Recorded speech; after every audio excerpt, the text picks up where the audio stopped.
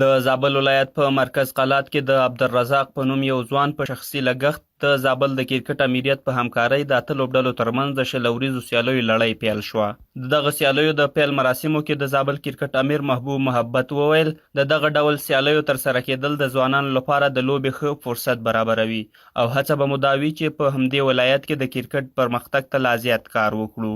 نوموړي زیاته کړه چې د خصوصي ملاتړ له امله د لوبغاړو لپاره زمینه پراخیږي او دا ډول سیالۍ کولی شي له زابل څخه نوي استعدادونه راڅرګند کړي. دې کې 8 لوبډلې ګډون لري چې ټول به 15 ورځې دوام وکوي. دا لوبې 20 ورځې دي. دغه سیالۍ چې په زابل کې پیل شوې دي د زابل د کرکټ امیریت او په کور کې د ټولو کرکټ پالو هڅه او کوشش دا ده چې موږ پر روان میاشت کې له خیر سره د کلب لیول سیالۍ لرو تر څو هغوی ته شامدګي ووسیږي او په ضمن کې د کرکټ غوړېدا ترسره شي ځکه د ژمي په تېرېدو سره کرکټ یو څه درېدلی و یخ وه هواوې یخې وې تر څو دغه کرکټ نور هم ورسره وده وکړي. په دغه سیالیو کې ګډونوالو لوبغاړو د دغه سیالیو له پیل څخه خوښي څرګنده کړه او ویل دا ډول لوبې د دوی د تجربو په زیاتېدو او د مهارتونو په پیاوړتیا کې مهم رول لري.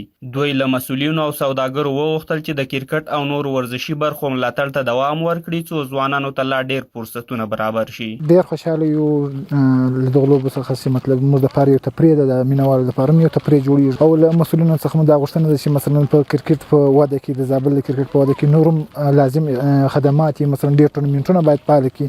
دا چې دغه ځوان د داسې ټورنمنټ یې فعال کړی دی موږ غواړو چې مثلا نور هم داسې کارونه وشي ځوانان تشویق شي د کرکټ لپاره یا مثلا د نورو ورزشونو لپاره تشویق شي چې خپله دغه خدمات خپله وړاندې کړي. زموږ هغه کرکټران چې د شپه ورځ په اکاډمیانو کې اخته دي د دې ته هر کرکټر لپاره میچوري ډېر مهمه ده چې هر کرکټر میچونه وکړي.